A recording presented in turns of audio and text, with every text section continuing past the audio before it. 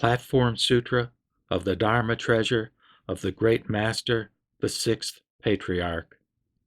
Compiled by the Bhikksu Dzongpao, successor to the Patriarch and Abbot of Paoen, Guangxiao Chan Su, or Retribution of Grace and Refulgence of Filiality Meditation Monastery, where occurred the incident involving the wind and the banner.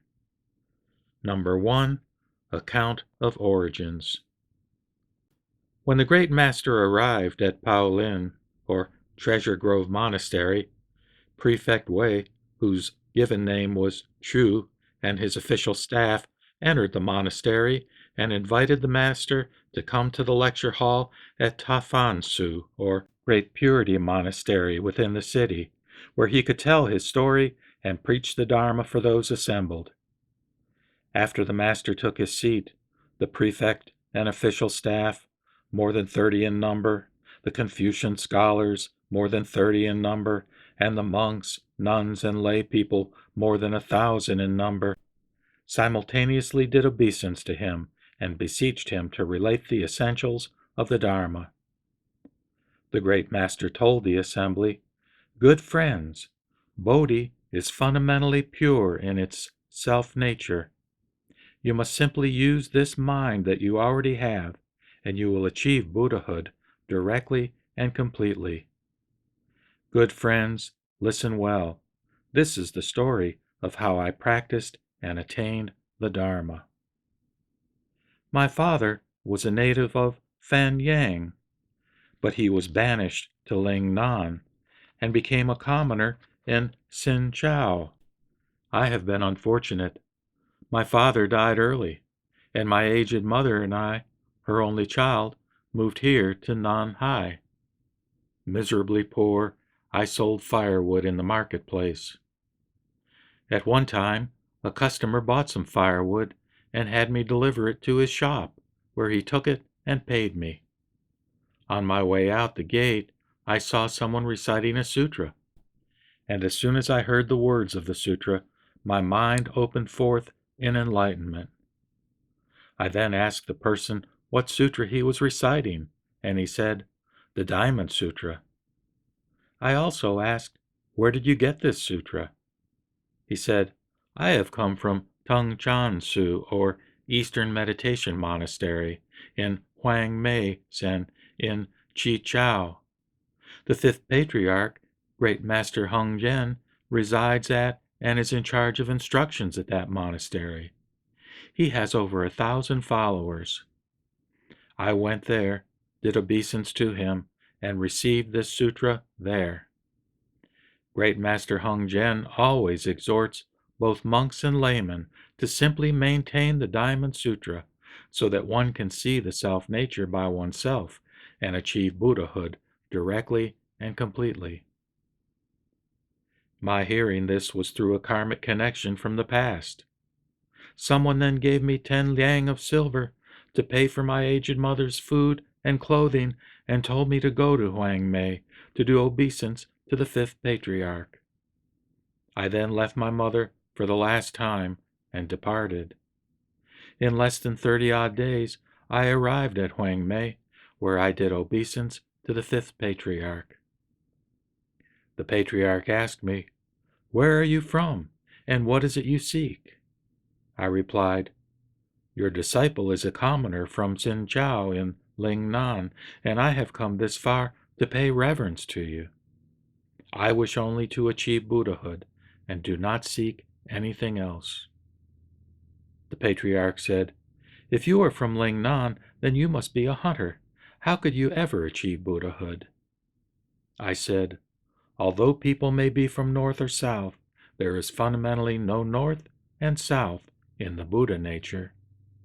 Although this hunter's body is different from your reverences, how can there be any difference in the Buddha natures within?" The Fifth Patriarch wanted to speak further with me, but seeing that his followers were gathered all around, he told me to go with them to work. I said, "If I might address your reverence, your disciple constantly generates wisdom in my own mind. To not transcend the self-natures is equivalent to the field of blessings. I wonder what work your reverence would have me do." The patriarch said, "Some cloud barbarian. You're very sharp. Don't say anything else. Go to the work shed."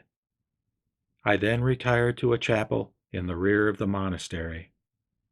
A practitioner had me break up kindling and tread the hulling pestle.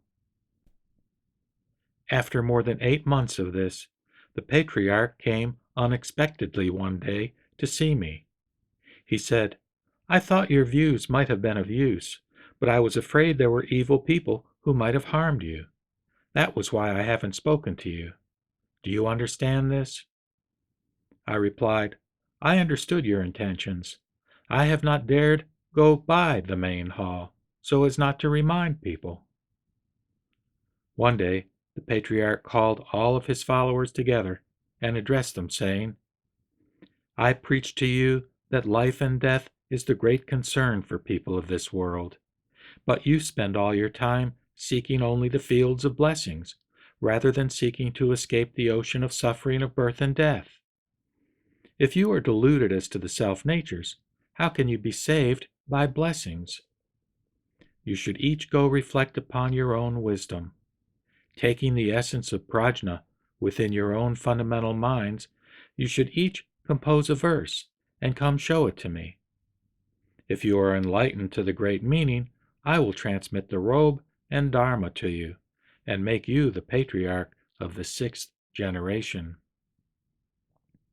Go quickly.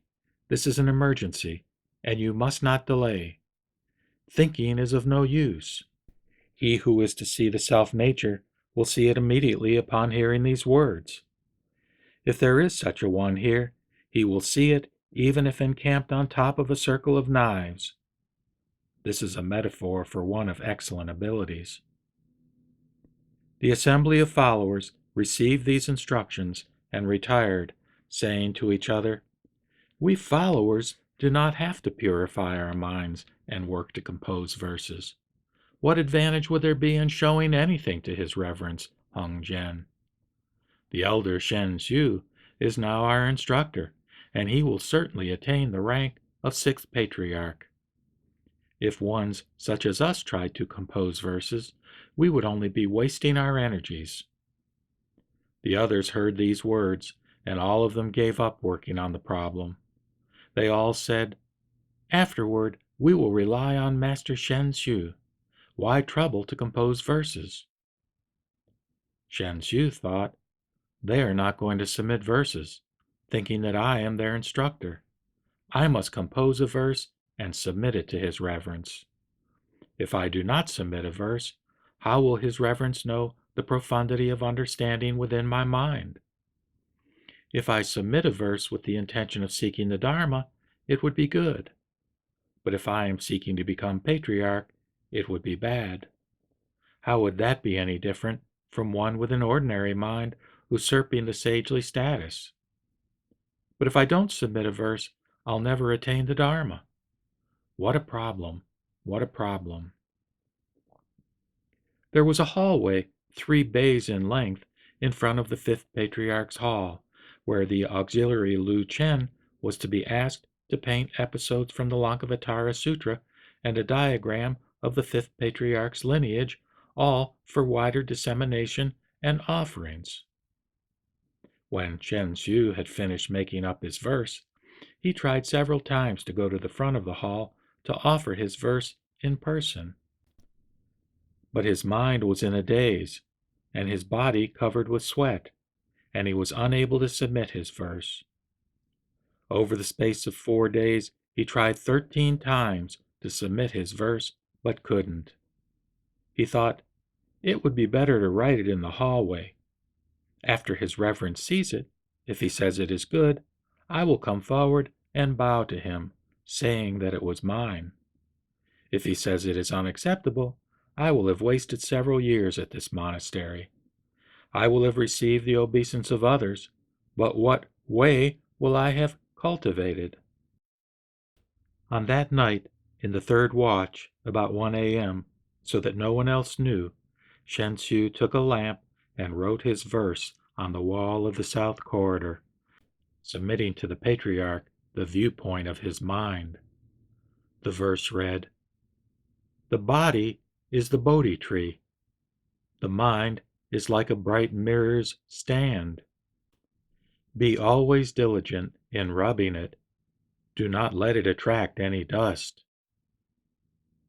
After Shen Xu finished writing his verse, he returned to his room without anyone knowing.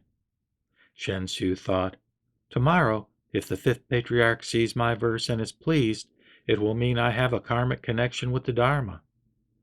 If he says it's unacceptable, it will mean I am deluded by the layered barriers of past karma and am not fit to attain the Dharma. The sagely intention is difficult to fathom." He remained in his room, thinking, but unable to rest, either sitting or lying down.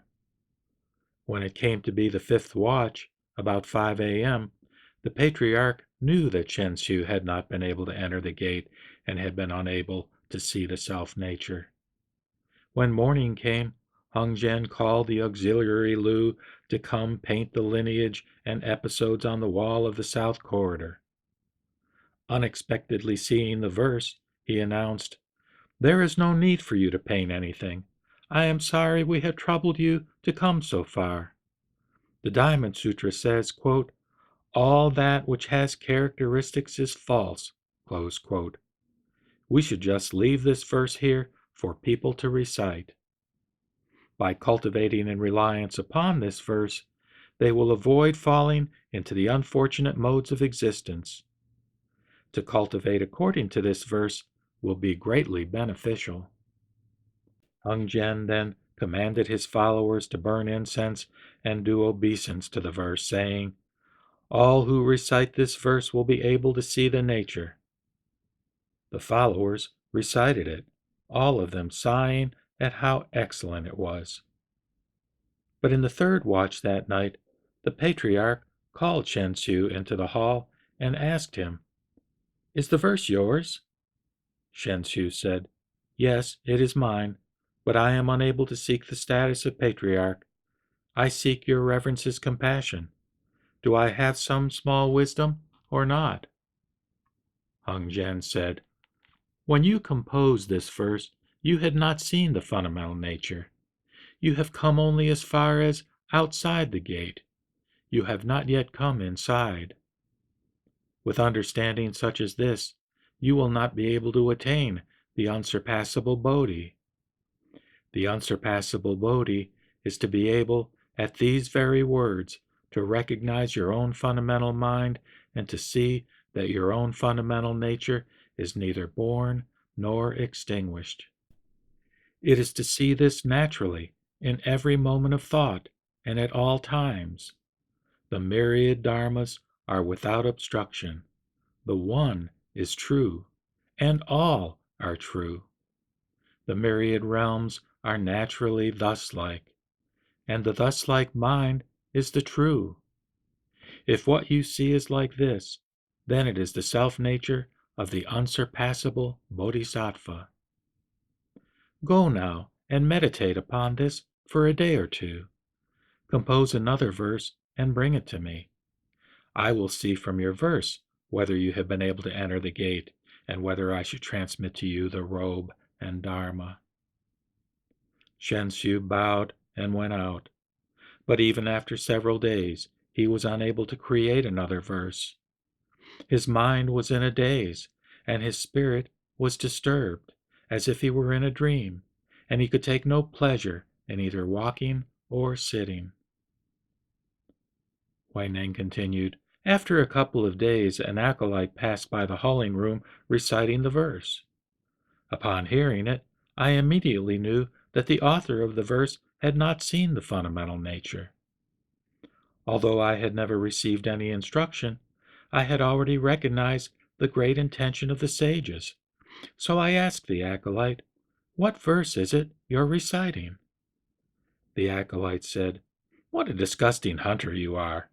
Don't you know that the great master Heng Zhen has said that life and death is the great concern for people of this world, and, wanting to transmit the robe and bowl, he commanded his followers to compose verses and show them to him?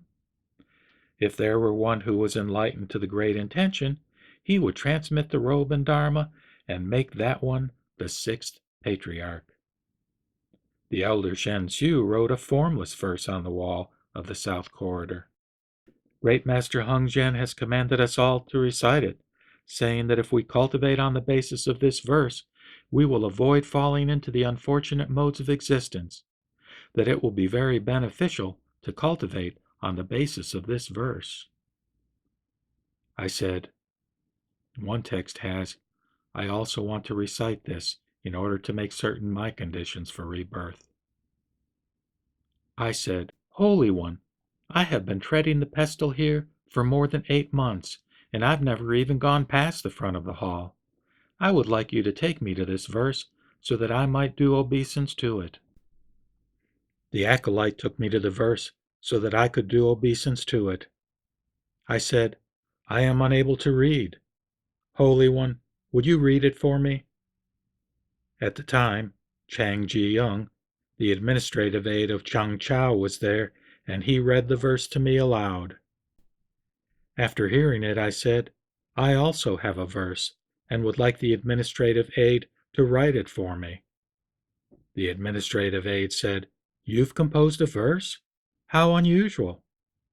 I said to the administrative aide, If you wish to study the unsurpassable Bodhi, you should not make light of beginners. The lowest of the low may have the most supreme wisdom, and the highest of the high may be without spiritual intention or wisdom. To make light of others is a transgression unlimited and infinite. The administrative aide said, Just recite your verse. I will write it for you. If you attain the Dharma, you must save me first, i.e., before teaching anyone else. Don't forget what I say. My verse went, Bodhi is fundamentally without any tree. The bright mirror is also not a stand. Fundamentally, there is not a single thing. Where could any dust be attracted? After I finished this verse, everyone around there became agitated and couldn't help sighing with amazement. They all said to each other, How strange! You just can't go by looks alone. Why is it always that people like that are living bodhisattvas? Seeing that they were getting excited and worried that someone might harm me, the patriarch rubbed out the verse with his sandal and said, This person too has not seen the nature. Those present accepted this. The next day, Heng Zhen secretly came to the hulling room, where he saw me with a rock on my back, pounding rice, and said, He who seeks the way forgets his body on behalf of the Dharma. Is that how it is with you? He then asked, Is the rice ripe yet? I replied, The rice has been ripe for a long time. It only lacks sifting the hulls from the grain. The patriarch struck his staff on the pestle 3 times and left. I understood what he meant, that I should enter his room at the 3rd drum, i.e., the 3rd watch of the night, about 1 a.m. The patriarch kept his robe hidden and would not let anyone see it. He preached the Diamond Sutra for me.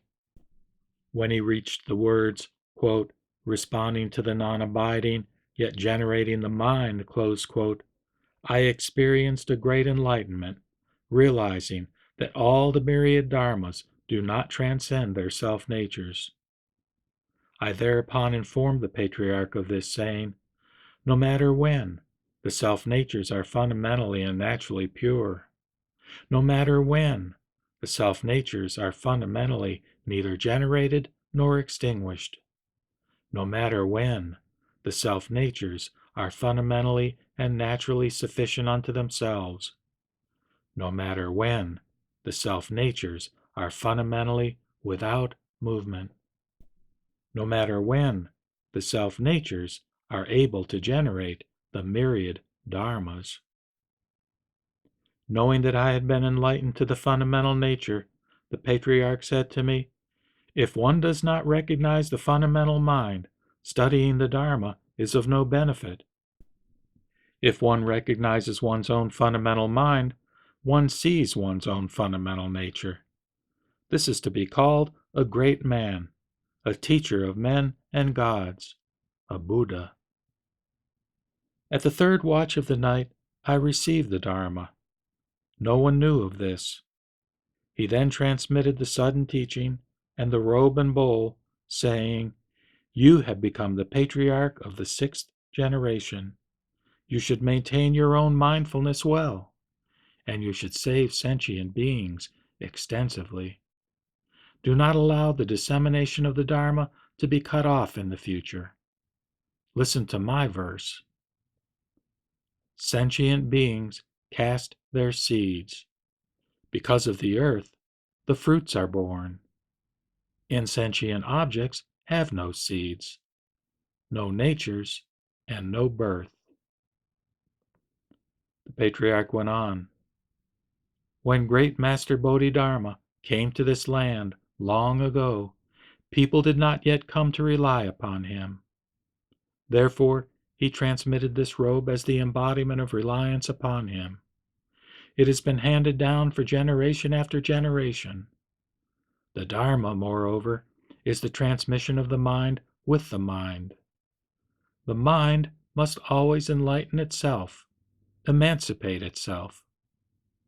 From ancient times, the Buddhists have only transmitted the fundamental essence.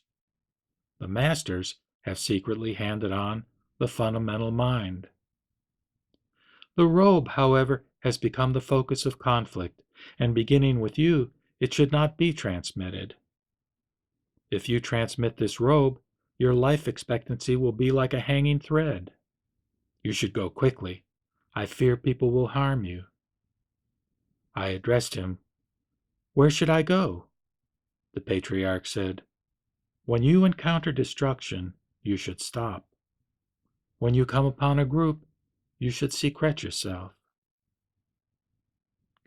In the third watch, I took the robe and bowl and said, I am from South China and do not know the mountainous roads around here. How do I get to the mouth of the Yangtze River?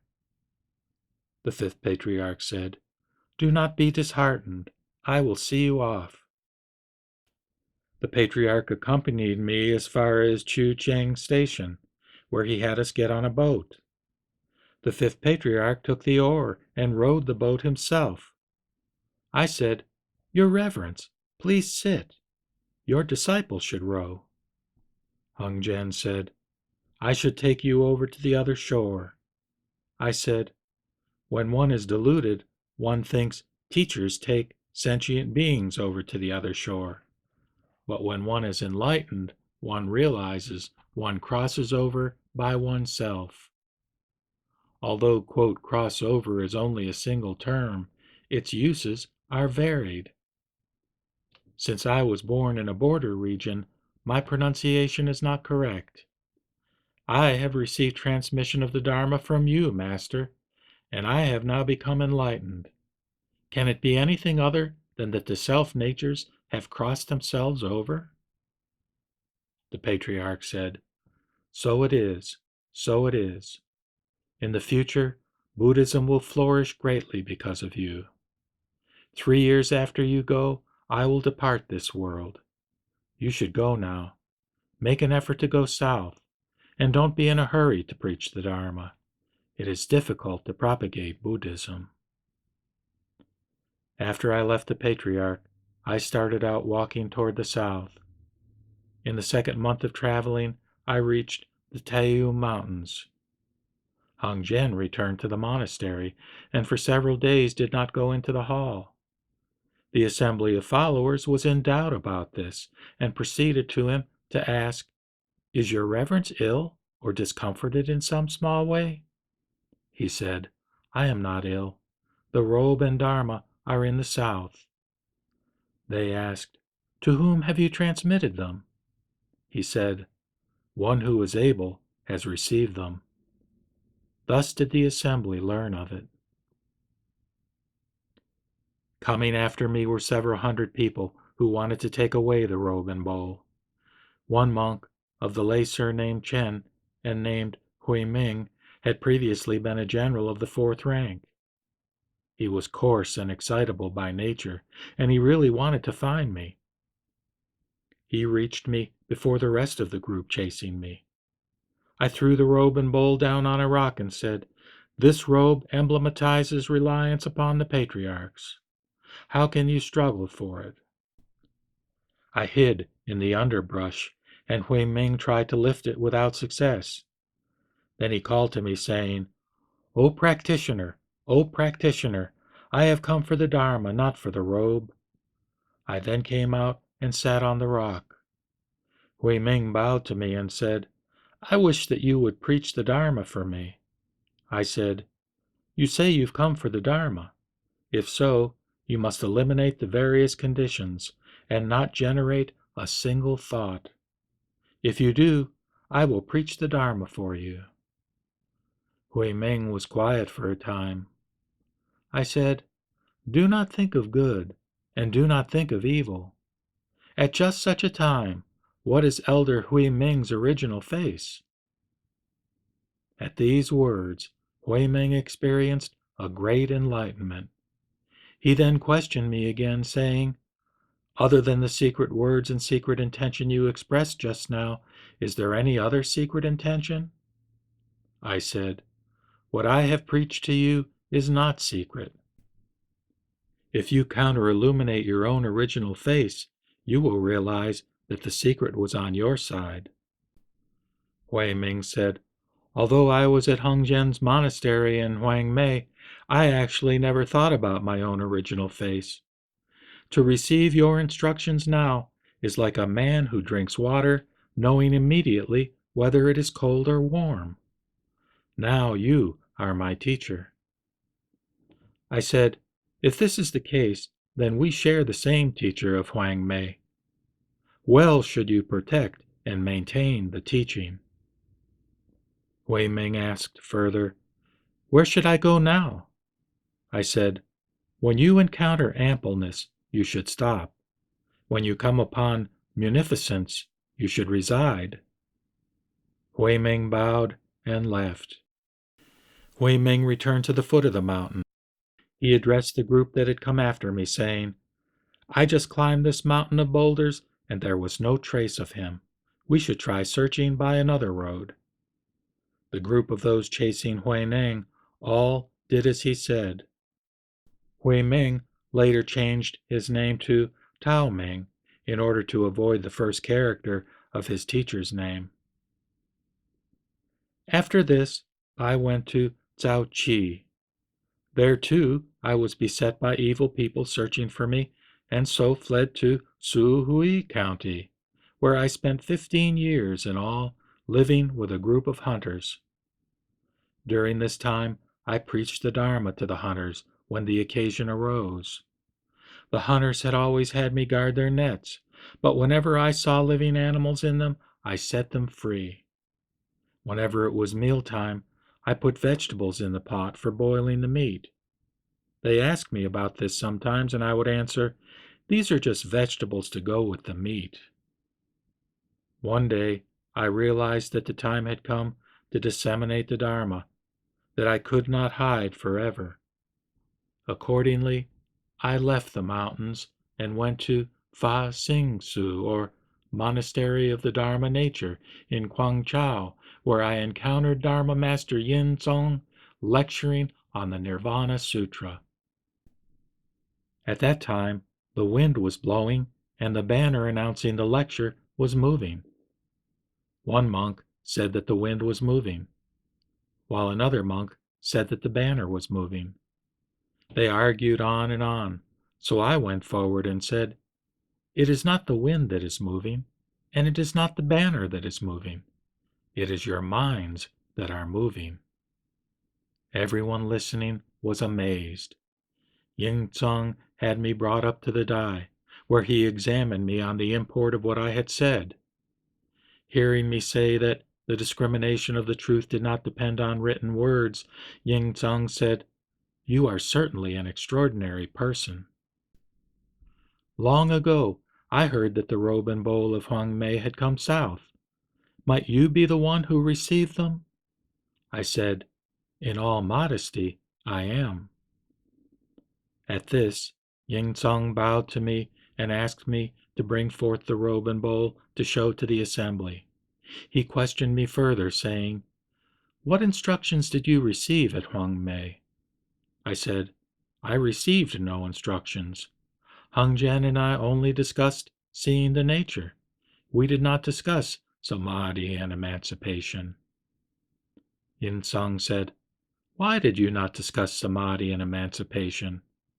I said, "Because the dualistic dharmas are not Buddhism. Buddhism consists of non-dualistic dharmas." Ying Tsung also asked, "How is it that Buddhism consists of non-dualistic dharmas?" I said, "You lecture on the Nirvana Sutra's elucidation of the Buddha nature, which is a non-dualistic dharma of Buddhism. Just as when the Bodhisattva king of lofty virtue asked the Buddha, quote, 'Do those who break the 4 major prohibitions and commit the 5 perverse transgressions, as well as the Inchantikas, eradicate their good roots and Buddha natures?' Close quote. The Buddha said, quote, 'There are 2 types of good roots. One is permanent, and the other is impermanent. The Buddha nature is not permanent and not impermanent.' Close quote. Therefore, not to eradicate is said to be non-dual. One type of roots is said to be the good, and the other is the non-good. The Buddha nature is not the good and not the non-good. This is called non-dual. The skandhas and sensory realms are seen as 2 by ordinary people, but the wise comprehend their natures to be non-dual. The non-dual nature is none other than the Buddha nature." When Yingzong heard this explanation, he joyfully held his palms together and said, "My lecturing on the sutra was like a worthless piece of roof tile or rock, while your explanation is like gold." At this, he administered the tonsure for me and asked to serve me as his teacher. Thus did I, under the Bodhi tree, reveal the East Mountain teaching. After receiving the Dharma at East Mountain, I experienced all kinds of suffering, and my life expectancy was like a dangling thread. Today, I have been able to join this assembly of the prefect, government staff members, monks, nuns, and lay people. Could it but be the karmic result of successive eons? Also, that you have been able to hear the sudden teaching just given and have gained the cause for attaining the Dharma can only be because in past lives you cultivated good roots identical to those of the Buddhas. The teaching is that which has been transmitted by the former sages. It is not something known to myself alone. I wish you would all listen to this teaching of the former sages. You should all purify your minds, and after hearing it, you should all eradicate your doubts. You are no different from the former generations of sages." The entire assembly, after hearing this Dharma, joyfully did obeisance and dispersed.